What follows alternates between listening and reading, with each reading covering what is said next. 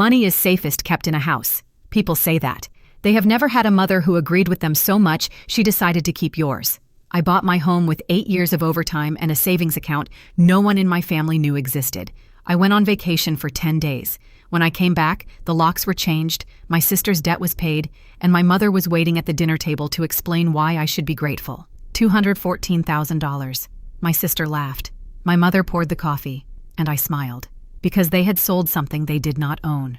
Welcome back to Calm Drama Story. Grab your coffee, get comfortable, and remember, the people in these stories had every chance to do the right thing. They just chose not to. Drop a comment, and if you're new here, subscribe. You belong with us.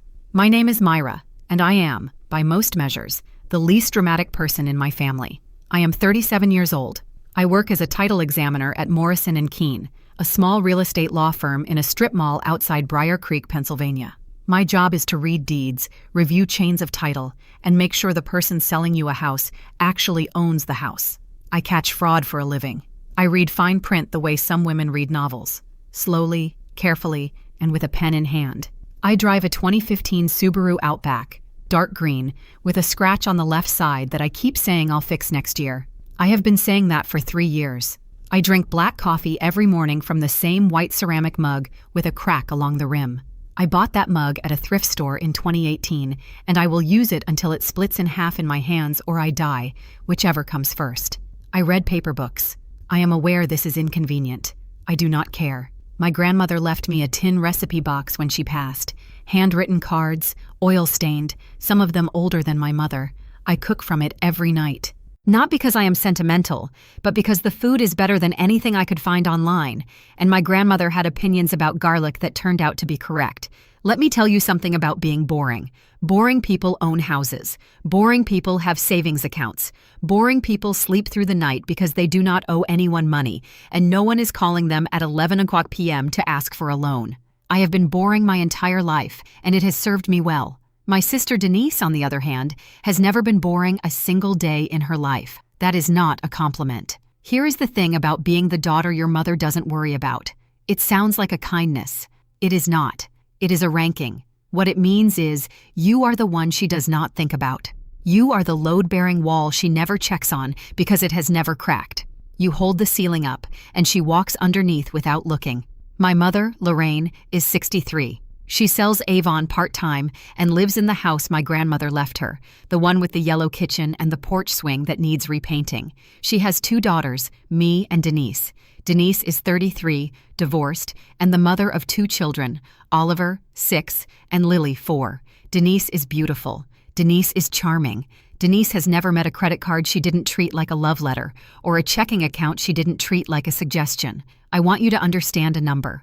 $214,000. That is what Denise owed. Credit cards, a leased SUV she couldn't afford, furniture she bought for a house her ex-husband kept, clothes, trips, restaurant tabs, a gym membership at a place with a sauna. She was 33 years old with 2 children and a debt load the size of a small mortgage. And my mother's only comment was, she just needs a little help. Help, in my mother's vocabulary, had no upper limit. When I graduated from college, my mother forgot to take a photograph. When Denise got a new haircut, my mother posted it on Facebook with 3 heart emojis and the caption, "My baby girl." I am not bitter about this. I am precise about it. There is a difference. My mother had a phrase she used about Denise. She just needs a little help. She did not have a phrase for me. She did not think she needed one. Let me tell you about the house. 3 bedrooms, 1.5 baths, a kitchen with oak cabinets from the 90s, and a window over the sink that caught the afternoon light at exactly 4:17 every day. The hallway smelled like old oak and lemon cleaner. The 3rd step on the staircase creaked, and I never fixed it because it told me where I was in the dark. I bought it 3 years ago. A down payment of 20% cash, 8 years of overtime, 47 months of packing lunches instead of buying them, a savings account my mother never learned the name of because she never asked. I painted the living room myself, 2 coats of warm gray on a Saturday in March while listening to a podcast about property liens. I installed the bookshelves by hand. I cooked my grandmother's recipes in that kitchen every night, standing at the counter with the tin box open beside me, reading her handwriting like a letter. Now I need you to understand something because it matters later. When I bought the house, I put it in an LLC, a single-member limited liability company. My name is on the LLC. The LLC is on the deed, not my name. I did not do this because I am paranoid. I did not do this because I suspected anyone. I did this because I review title fraud every single day at my desk. I see forged deeds. I see quitclaim scams. I see families lose homes because someone they trusted signed a piece of paper they shouldn't have. When you handle other people's worst mistakes for a living, you protect yourself as reflex. The way a nurse washes her hands longer than the rest of us. The way a mechanic listens to his own engine differently. I did not know it yet, but in 9 days, my mother was going to try to sell every single square foot of it. My mother's boyfriend showed up in April. Gerald Pratt, 58, silver hair combed back, polo shirt tucked in with military precision, and a gold pinky ring that caught the light every time he reached for the butter dish. He smelled like too much cologne in a small room. He met my mother at church, or so he said. I have since learned that Gerald attended a lot of churches and met a lot of women, and he always sat in the third pew because that's where the widows sat. He shook my hand the way men shake hands when they want you to feel included, but not important. Firm, brief, already looking past you. I want you to hold on to that detail, the way he asked about the house, because it matters later. It was a Sunday dinner, maybe our 3rd time meeting. Gerald asked me what part of town I lived in, how many bedrooms, what the market was doing in my area, whether I had a fixed rate or adjustable. I answered politely. I thought it was small talk. A man his age asking about real estate the way men ask about real estate to fill silence with something that sounds like authority. But here's the thing. He knew the language. Not the casual language, the professional language. He said comparables instead of prices. He said title clear instead of all sorted out. He asked about my closing costs, the way a man who has sat at closing tables asks about closing costs. I noticed. I did not yet know why. Gerald smiled at me from across the table, and I remember thinking, that is a man sizing up a room, not greeting a person. My mother looked at him the way she looked at Denise's new haircut, like something she had chosen and was already proud of. Ruthie called me on a Tuesday and said 4 words that rearranged my summer. You need a vacation. Ruthie Medina has been my best friend since sophomore year at Penn State. She is an office manager at a dental practice. She has opinions about everything, and she is the only person alive who has ever been physically removed from my mother's Thanksgiving table. That was 2019. Ruthie told Denise, in front of the cranberry sauce and God and everyone, that her credit card did not count as income. My mother threw a dinner roll at her, an actual dinner roll. Ruthie caught it and kept eating. We do not talk about that Thanksgiving except constantly. You haven't taken a day off in 4 years, Ruthie said. You are turning into your filing cabinet. She was not wrong. I booked a cabin in Bar Harbor, Maine. 10 days, paper books, lobster rolls, no strong Wi-Fi. The first real rest I had taken since I started at Morrison & Keene. Before I left, I did what any daughter would do. I asked my mother to pick up my mail and water my plants. I drove over on a Saturday, gave her the spare key, walked her through the 3 plants that needed attention, and kissed her goodbye. I handed my mother the key to my front door. I want you to sit with that for a moment. I need you to understand. Giving my mother a spare key was not naive. It was love. The 2 look identical from the outside. You hand someone your key because you trust them. You trust them because they are your mother. The logic is circular and ancient, and it works right up until the morning it doesn't. I loaded the Subaru with 2 suitcases and a stack of books. The wiper on the left side was still squeaking. I drove north. Maine was everything I needed and nothing I deserved. Or so I told myself, because that is what women like me do with rest. We apologize for it before we finished unpacking. Let me tell you something about rest. Rest is not laziness. Rest is the thing you earn by being the person everyone else leans on. Rest is what happens when the load-bearing wall finally takes a breath. And for 8 days, I breathed. I read 3 books on the dock. I ate lobster rolls at a shack by the harbor where the air smelled like salt and pine tar, and the afternoon sun hit the water at an angle that made everything look like a painting nobody would believe. I slept 9 hours a night for the first time in years. I called my mother twice. She picked up both times. Her voice was normal, but a little quick, The way you talk when you're looking at something you don't want the other person to ask about. Everything's fine, she said. Enjoy yourself. On day 6, I felt something I hadn't felt in so long I almost didn't recognize it. Calm. Plain, ordinary calm. Like a warm bath that doesn't need more hot water. On day 8, my mother stopped answering my calls. I called 3 times. Voicemail. I texted Denise. She replied 4 hours later. Mom's fine. She's busy. I called Ruthie. Something is off, I said. Ruthie paused. When has your mother ever been too busy to guilt trip you? I packed my bags that night. I drove home one day early. The Subaru's left wiper squeaked the entire way through the rain. I did not know it yet, but while I was reading a paperback on a dock in Bar Harbor, Gerald was sitting at my kitchen table with a notary. There is a specific kind of silence that tells you something has already happened. Not suspense, not waiting. The silence after. The kind that sits in a room where a decision was made without you, and everyone is living in the new version of the story while you're still standing in the old one. I drove 6 hours through the rain. I did not stop except for gas and a drive-through coffee that tasted like regret. The Subaru's left wiper squeaked against the windshield like a metronome counting down to something I couldn't name yet. I tried my mother again from a rest stop outside Hartford. Voicemail. I tried Denise. She picked up. Where is Mom? I said. She's fine. She's at Gerald's. She's not answering her phone. She's probably busy. Why are you so worried? You're supposed to be on vacation. I want you to listen to that sentence. You're supposed to be on vacation. As in, you're supposed to be somewhere else. As in, your absence is part of the plan. I didn't know that yet. Not with my brain. But something in my chest already understood it. The way you understand a locked door before your hand touches the knob. Something was wrong, and the wrongness was not accidental. It was scheduled. I crossed the Pennsylvania line at 3:40 in the afternoon. The rain stopped. The sun came through the clouds like an afterthought, already too late to warm anything. I turned onto my street at 4:47. I pulled into my driveway. I sat in the car for a moment, looking at my house through the windshield, and everything looked exactly the same. The garden was trimmed, the porch light was on, the front door was closed. I walked up the steps. I put my key in the lock. It didn't turn. I want to tell you what it feels like to put your key in your own front door and have it not turn. It is not dramatic. It is small. It is the specific smallness of a thing that should work and doesn't. And your brain tries 4 explanations before it lands on the one it doesn't want. I jiggled it. I pulled it out and looked at it. I put it back in. I tried again. The lock was brass. It was new. It did not know my name. I stepped off the porch and walked around to the side window. The living room was the same. My bookshelves, my couch, the gray walls I'd painted myself, but there were cardboard boxes on the floor, moving boxes, and a man I had never seen before was standing in my kitchen, crouched under the sink with a wrench.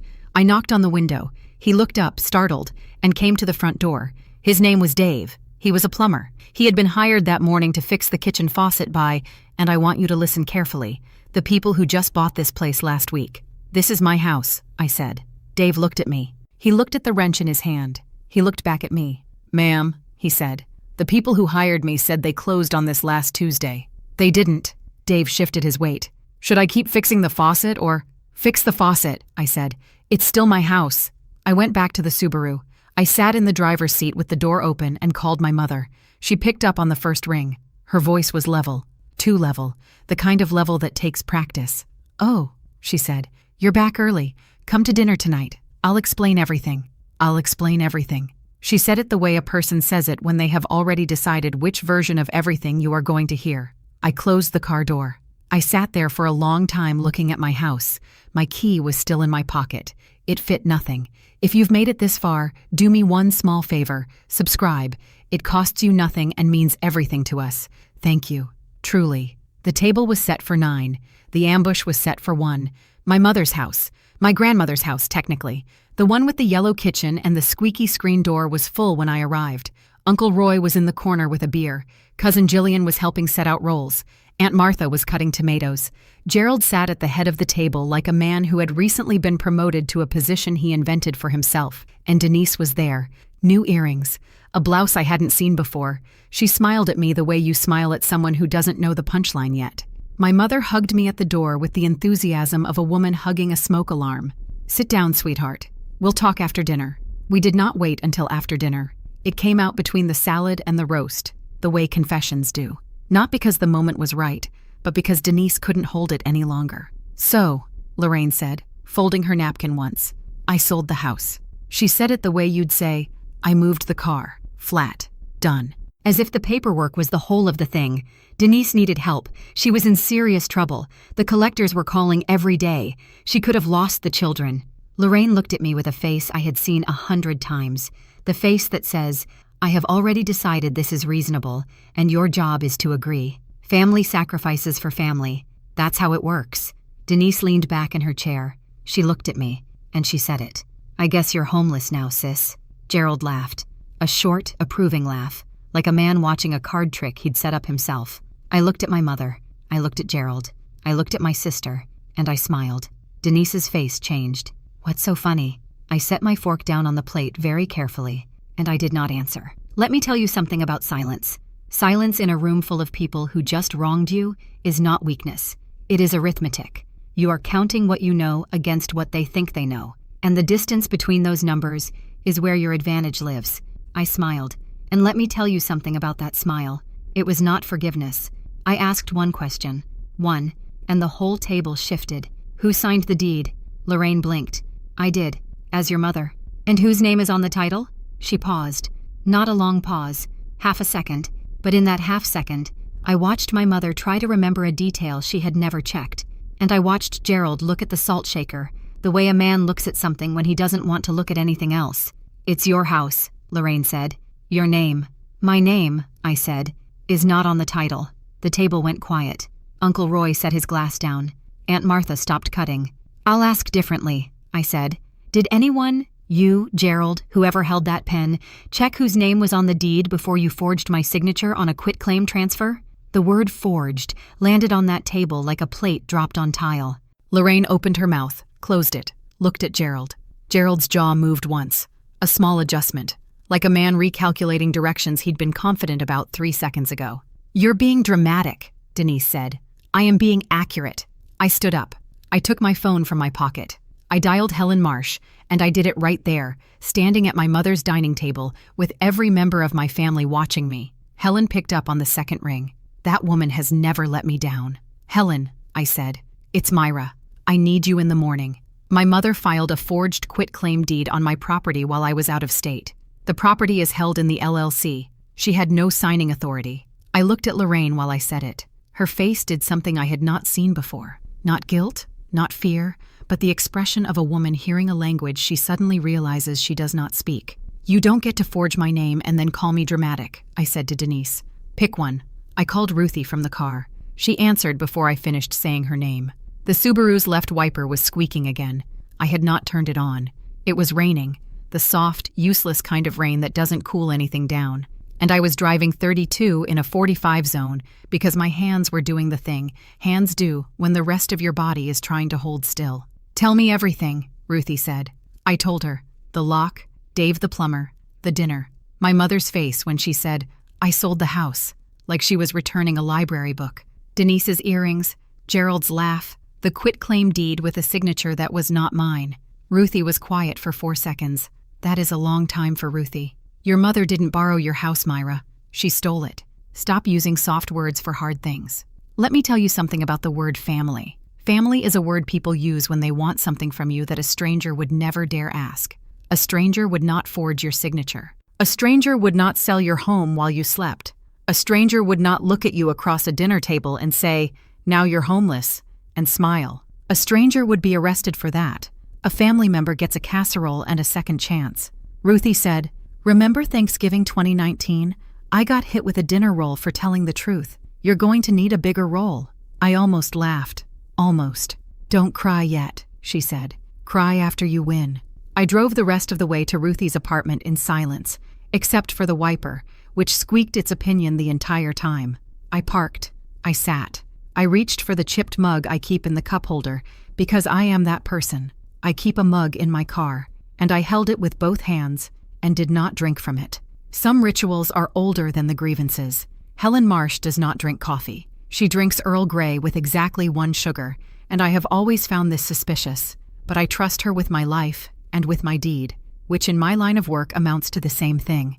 I sat in her office at 8:15 the next morning with a folder I had assembled between midnight and 2 a.m. at Ruthie's kitchen table. Inside, my LLC operating agreement, the original deed, a printout of the county recorder's online filing showing the forged quitclaim, and screenshots of every text my mother had sent me in the past 2 weeks. Helen read for 11 minutes without speaking. She turned pages the way she always does, with 2 fingers, flat, the way you turn evidence.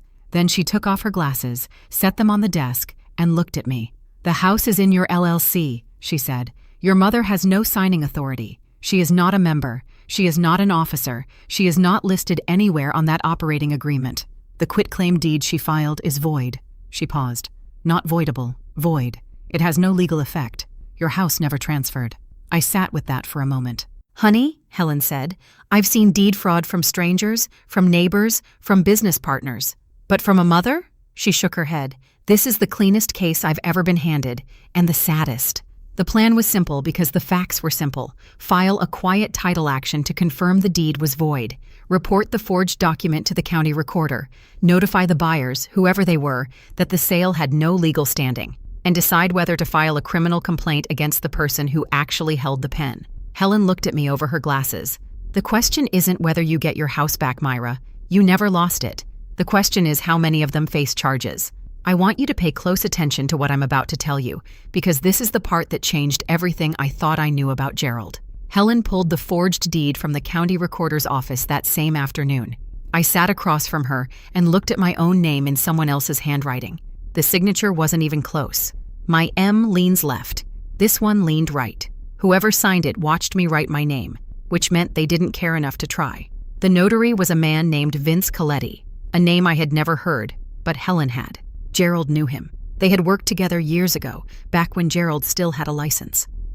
"He was a notary who didn't verify identity," Helen said. "He acknowledged a signature without the signer present. That's a violation. He'll lose his commission." Here is where it got worse. The house sold for $187,000. Market value was at least $230,000. Gerald had told my mother the house was worth less. He found a buyer fast, a young couple, the Petersons, and pushed the deal through in 6 business days.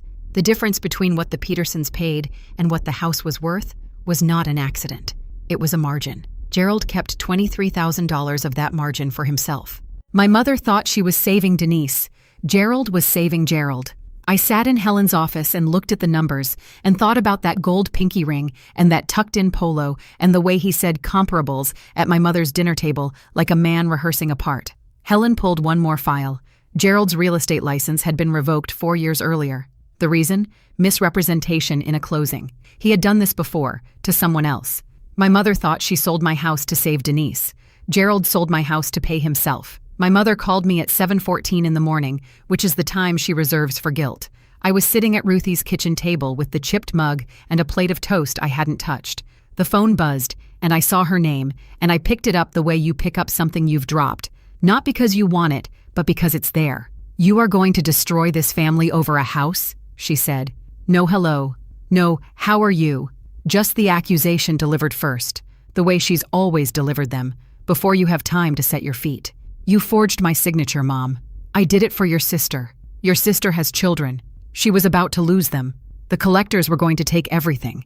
You have a job. You have skills. You can start over. Denise can't." Something in her voice wasn't right. Not guilt. Rehearsal. She had practiced this call. She had probably practiced it with Gerald, sitting in his living room with that cologne still hanging in the air, going over the lines like a script. Then she played her last card. "Your grandmother would be ashamed of you." I'll be honest with you, that one landed. Not because it was true, but because it was designed to land, and my mother has been designing sentences like that for 37 years, and she is very, very good at it. I took a breath. "Grandma taught me to read every line of every document before I sign. You taught Denise to spend money she didn't have. Don't bring Grandma into this." She hung up. Every woman I know has been called dramatic at least once in her life by someone who is actively wronging her. Every single one. The word is not a description. It is a tool, and my mother had been using it so long she'd forgotten it was one. I reached for the chipped mug. Some rituals are older than the grievances. And then I checked the bank account. I need to explain this part. 2 years ago, I opened a joint savings account with my mother. I added her as an authorized user so she could build her credit score. I put money in it, a cushion, in case she needed it. $18,000. It was not a gift. It was a safety net. The kind of thing the boring daughter does because nobody else will. I logged in on Ruthie's laptop, coffee going cold beside me, and I looked at the balance. 0. 3 withdrawals, 3 ATM pulls in 10 days, $6,000, $6,000, $6,000, clean, even numbers. The kind of withdrawals a person makes when they know exactly what they're taking and how much they can move in a single day without triggering a hold. The transaction history showed one more thing: a transfer of the remaining balance to an account number I did not recognize. I called Helen.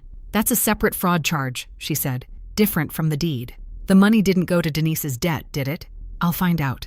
But based on the account it was sent to, no, it didn't. Think about that. My mother sold my house to save Denise.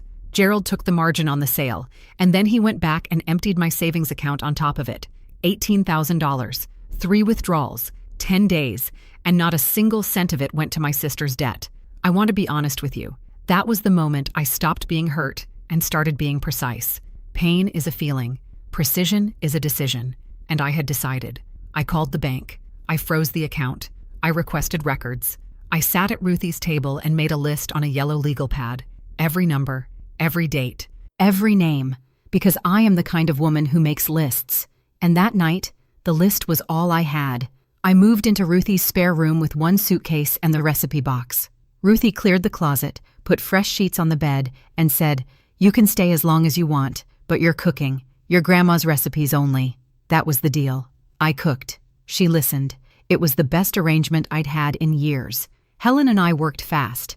We filed the quiet title action on a Monday. By Wednesday, the county recorder's office had flagged the forged deed and referred the case to the district attorney. By Thursday, Helen had notified the Petersons, the couple who thought they'd bought my house, that the sale had no legal standing and their money was recoverable from escrow. I did not enjoy any of this. I want you to know that.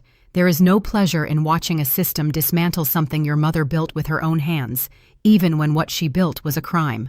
But I did it, because the alternative was to let Gerald keep going, and men like Gerald always keep going. Ruthie sat across from me one night while I was making lemon chicken from one of my grandmother's cards. The recipe was written in pencil, faded, with a note in the margin I hadn't noticed before.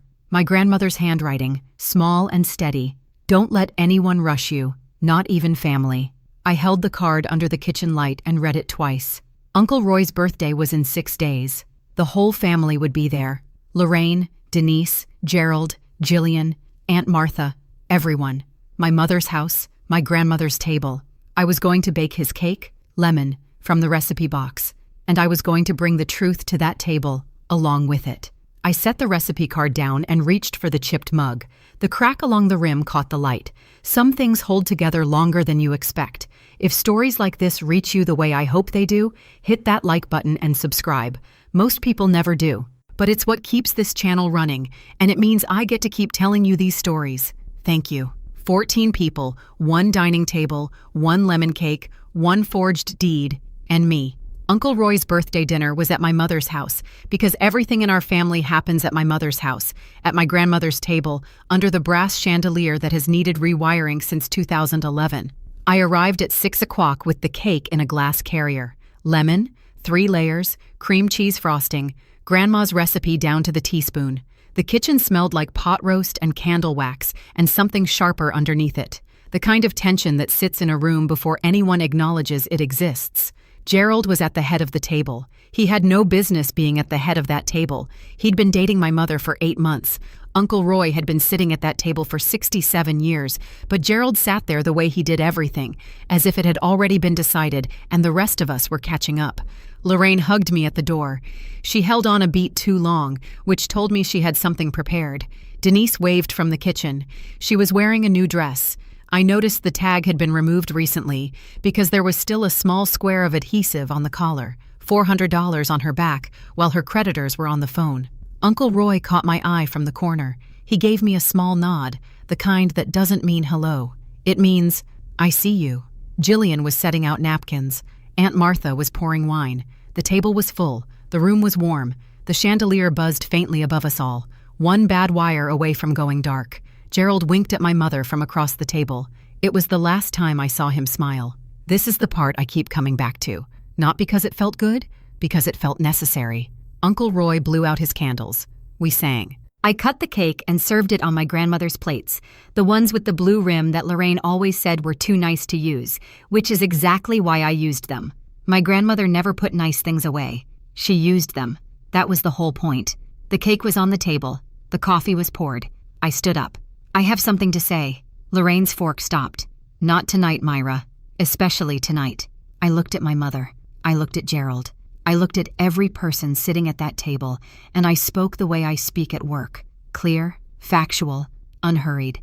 The way you talk when the documents are already filed, and the truth is not a theory. Mom, you told the family you sold my house. I want to ask you, in front of everyone, what exactly did you sell? Lorraine's mouth opened. No sound came out. Because the house at 412 Maple Run Drive is not in my name. It is held in a single-member limited liability company. I am the sole member. You have no signing authority. You are not listed on the operating agreement. The quitclaim deed you filed with the county, with my forged signature, has no legal effect. It is void. I let the words sit. You didn't sell my house, Mom. You committed a felony. The room went still. Not quiet. Still. The kind of still where 14 people stop breathing at the same time, and the only sound is the chandelier buzzing overhead. Uncle Roy set his glass down. Lorraine. His voice was low. Tell me she's wrong. Lorraine did not speak. Gerald pushed his chair back. This is a family matter. I don't think... Sit down, Jerry, Uncle Roy said. Gerald sat down, and for the first time in 8 months, he did not look comfortable in that chair. I looked at my mother. You sold something that wasn't yours, with a signature that wasn't mine, to people who deserved better. That is not family. That is fraud.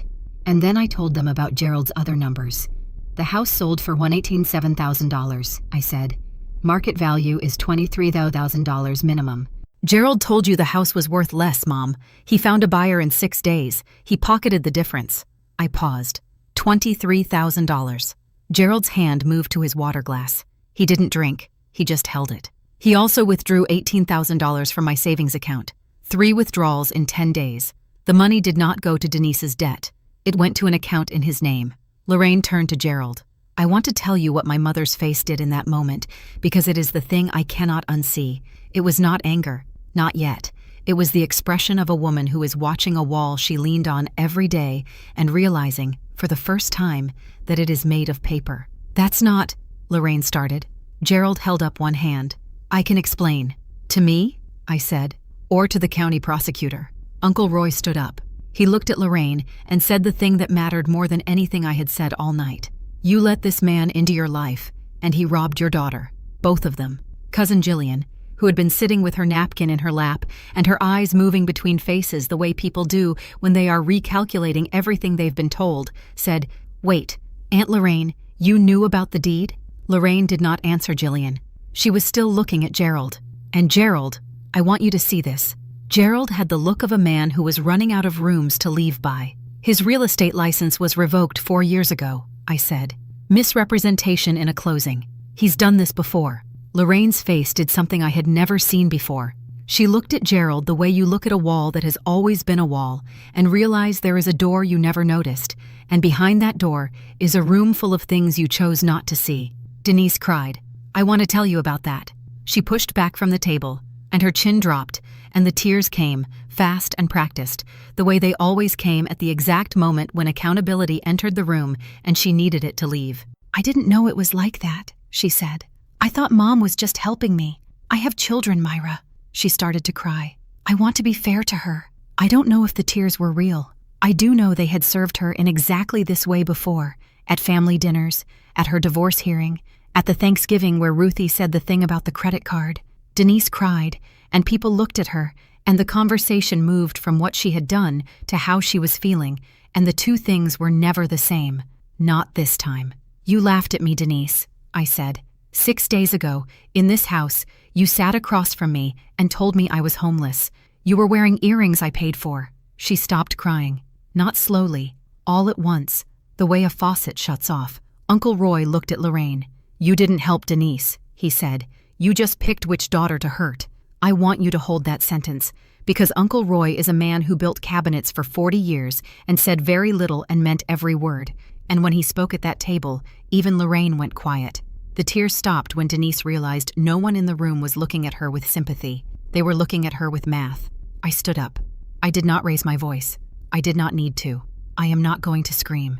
I am not going to make a scene at Uncle Roy's birthday. I am not going to stand here and list every dollar, every lie, every signature you forged in my name. My attorney will handle the rest. I said it the way I say things at work.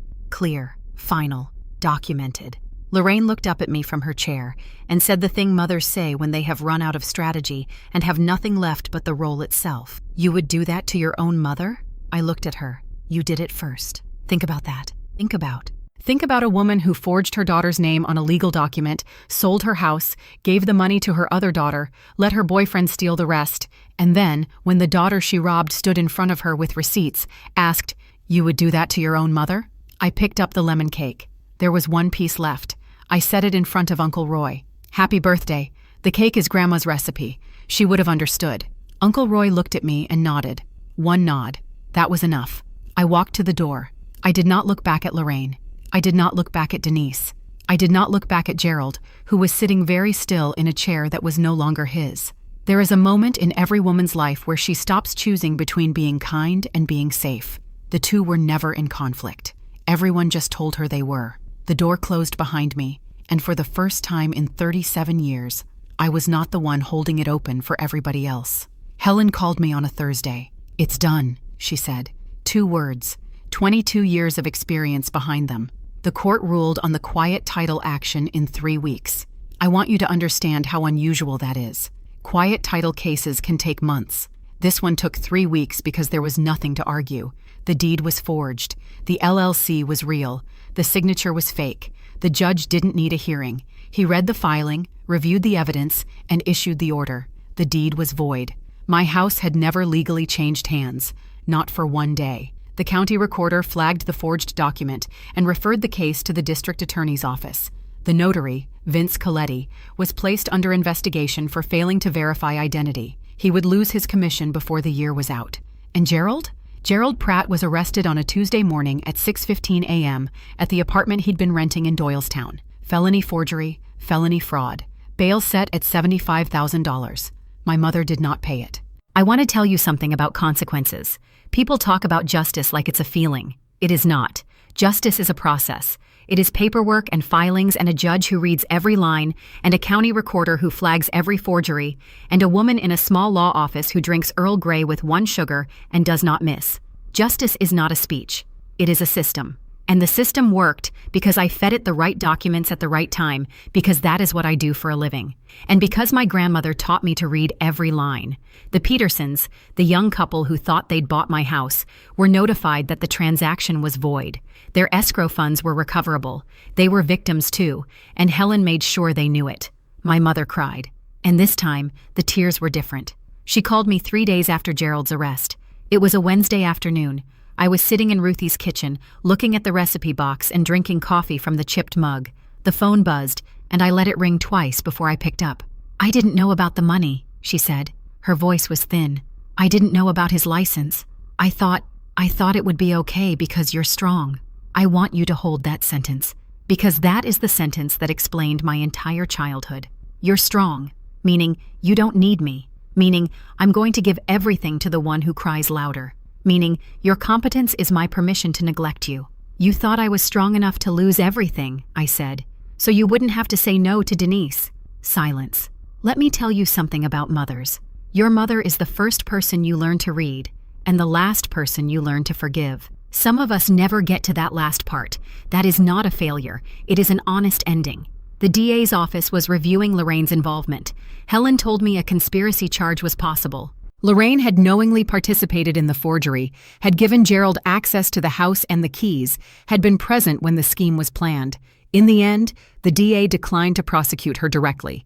Insufficient evidence that she understood the full legal consequences, but she received a formal warning that became part of her record. "I am not going to help you with this, Mom," I said, "and I am not going to forgive you for it. Not today." I hung up the phone. I sat in Ruthie's kitchen, and I did not cry. Not because I couldn't, but because I had already decided what came next. I want to tell you about the Petersons, because they are the part of this story nobody talks about. Kate and Marcus Peterson. She was a second-grade teacher. He was an electrician. They had been saving for 3 years. They had a dog named Walter and a dream of a yard with a fence. And they found a listing for a 3-bedroom house in a quiet neighborhood at a price that seemed too good and turned out to be exactly that. They didn't know the deed was forged. They didn't know Gerald's license was revoked. They didn't know the woman they met at the closing table, my mother, was not the owner and had no authority to sell. They signed papers in good faith because that is what people do when they trust the system. And the system let them down because one man knew where the holes were. Helen set up a meeting. I drove to her office and sat across from Kate Peterson in a conference room with bad coffee and fluorescent lights. And I watched her face when Helen explained that the home she thought she bought was never for sale. "We just wanted a house with a yard for our dog," she said. I looked at her and saw myself 3 years ago. A woman saving for a house. A woman who deserved a clean deed and a front door that locked and a third step that creaked in the dark. A woman who had done nothing wrong. "Your escrow funds are recoverable," Helen said, "and you have a civil claim against Gerald Pratt for damages." I shook Kate's hand on the way out. "You're going to be fine," I told her. "The paperwork is clean now." She nodded. She looked like a woman who was trying to believe something she had every right to believe. I shook her hand and told her she was going to be fine because she was, and because someone needed to say it. Denise's debt did not disappear. Debt never does. It just changes who carries it. Without the money from the house sale, which had never been a legal sale in the first place, Denise still owed $214,000. The collection agencies did not care about family dinners or forged deeds or tears at the table. They cared about payment schedules, and Denise did not have one. She filed for Chapter 7 bankruptcy on a Tuesday. I know because Ruthie told me, and Ruthie knew because Jillian told her, and Jillian knew because Aunt Martha told her at church. Information in my family does not travel in a straight line. It travels the way water does, downhill and toward the lowest point. Denise lost the leased SUV. She moved in with Aunt Martha, into the back bedroom with the floral wallpaper that has not been changed since 1994. Her children stayed with their father for the summer while she sorted the paperwork. She called me once. "Can you lend me?" "No, but I'm your sister, and I was yours." She did not call again. I'll be honest with you. I did not take pleasure in my sister's bankruptcy, but I did not take responsibility for it either. That debt was hers. Every swipe, every purchase, every lease she signed on a car she couldn't afford, those were choices. And for 33 years, someone had always been standing behind her with a checkbook, and the standing had become the expectation, and the expectation had become the entitlement, and the entitlement had become the thing that ate my house. I did not stand behind her this time. I stood where I had always stood, in front of my own paperwork, reading every line. My sister filed for bankruptcy on a Tuesday. She did not call me. I did not call her. Jillian called on a Saturday. I almost didn't pick up. She is Uncle Roy's daughter, 29, an EMT in Allentown, and the kind of person who forms opinions slowly and holds them with both hands. She had been quiet since the birthday dinner. Quiet in a way that could have meant anything. Loyalty to Lorraine, confusion, judgment. I didn't know which. "I need to say something," she said. "Okay." "I believed Aunt Lorraine when she told me you were making trouble over a house, when she said you were being difficult. I believed her." A pause. "I should have asked you. I didn't, and I'm sorry." I sat on Ruthie's couch with the chipped mug and let the apology sit in the air the way good apologies do, without a response, for just long enough to honor what it cost. "You're asking now," I said. "That counts. Uncle Roy says you should come to Sunday dinner. His house, just us. He's making pot roast. I want to tell you something about families. Not the family you're born into, the family you keep. The family that shows up after the noise, after the forged signatures and the dinner table ambushes and the doors that slam. The family that calls on a Saturday and says, 'I was wrong, come eat.' Sunday dinner at Uncle Roy's. No Gerald, no Denise, no ambush. Just pot roast and people who meant what they said. I brought the lemon cake, Grandma's recipe. Uncle Roy had 2 slices and did not apologize for either one. The key turned. My key, my door, my house. The court order came through on a Monday, and by Tuesday afternoon I was standing on my own porch with a new set of keys. The 3rd set, if you're counting. And the locksmith was packing up his tools behind me. The Petersons had moved their boxes out the week before. Kate left a note on the kitchen counter. "We're sorry about everything.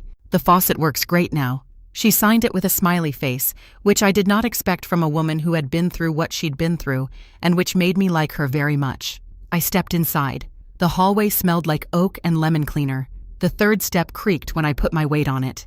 The afternoon light came through the kitchen window and hit the counter at the angle I remembered. The 417 light, the one that turns the wood grain gold for exactly 11 minutes before it moves on. I set the recipe box on the counter. I filled the chipped mug with water. Not coffee, just water, because some moments don't need caffeine. They just need something familiar in your hands. I stood in my kitchen, and I breathed. Ruthie came for dinner. She brought cheap wine and a dinner roll wrapped in a cloth napkin. "For old time's sake," she said.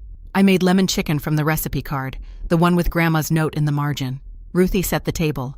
We ate at the counter because I still hadn't moved the dining table back to its original spot, and neither of us cared.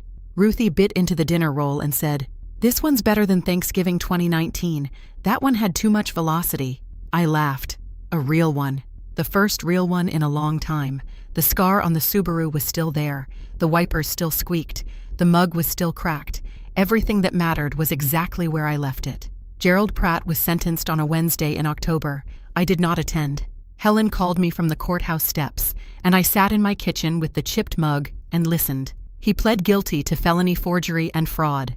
The judge, a woman named Carol Reinhardt, who had, according to Helen, the bedside manner of a stapler, sentenced him to 18 months in state prison and ordered full restitution.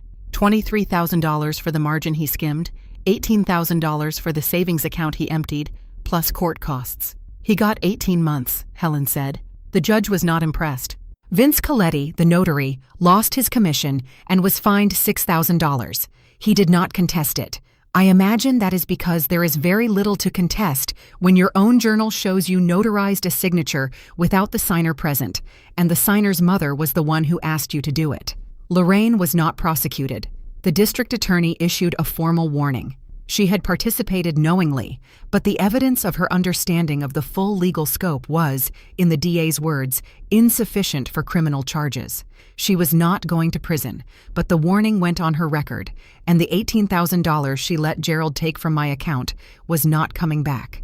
18 months for $18,000 and one forged signature. The math felt almost poetic. Helen said, "He'll serve 12 with good behavior." I said, "He doesn't have good behavior. That's the whole point." Helen laughed. I reached for the mug. The crack was still there. The coffee was still good. Let me tell you about what the world looks like when you stop holding it together for everyone else. It looks like Sunday dinners at Uncle Roy's once a month. Pot roast, lemon cake. Jillian brings rolls from the bakery in town. We sit at his kitchen table, smaller than my mother's, louder than my mother's, and we talk about nothing important, which is the most important kind of talk. It looks like a savings account with one name on it. Mine. It looks like a new deadbolt on the front door and a deed fraud alert registered with the county recorder, which sends me an email anytime someone files a document against my property. I set it up on a Tuesday, and it took 4 minutes, and I thought about how those 4 minutes could have saved me a month of misery if I had done them sooner. But I didn't know, and now I do. Lorraine and I do not speak. I have not blocked her number. I have not told her she is dead to me. I simply stopped calling, and she stopped calling, and the silence between us is not hostile. It is honest. Denise and I do not speak. That silence is different. Hers has edges. Ruthie said, "You didn't lose a family. You edited it." I told her I preferred the word revised. She threw a dinner roll at me, lightly. We are still talking about it. I changed the authorized users on every account. I updated my LLC documents. I bought a new welcome mat for the front door. It says nothing. It is just a mat. I liked that about it. I found one more thing in the recipe box. It was a Saturday morning. October light through the kitchen window. The kind that's cooler and thinner than summer light. The kind that makes you reach for a cardigan. I was looking for the cornbread recipe. Uncle Roy had asked for it, and I flipped to the last card in the box. It was not a recipe. It was a note. My grandmother's handwriting, smaller than usual, written in blue ink on the back of a card for apple butter.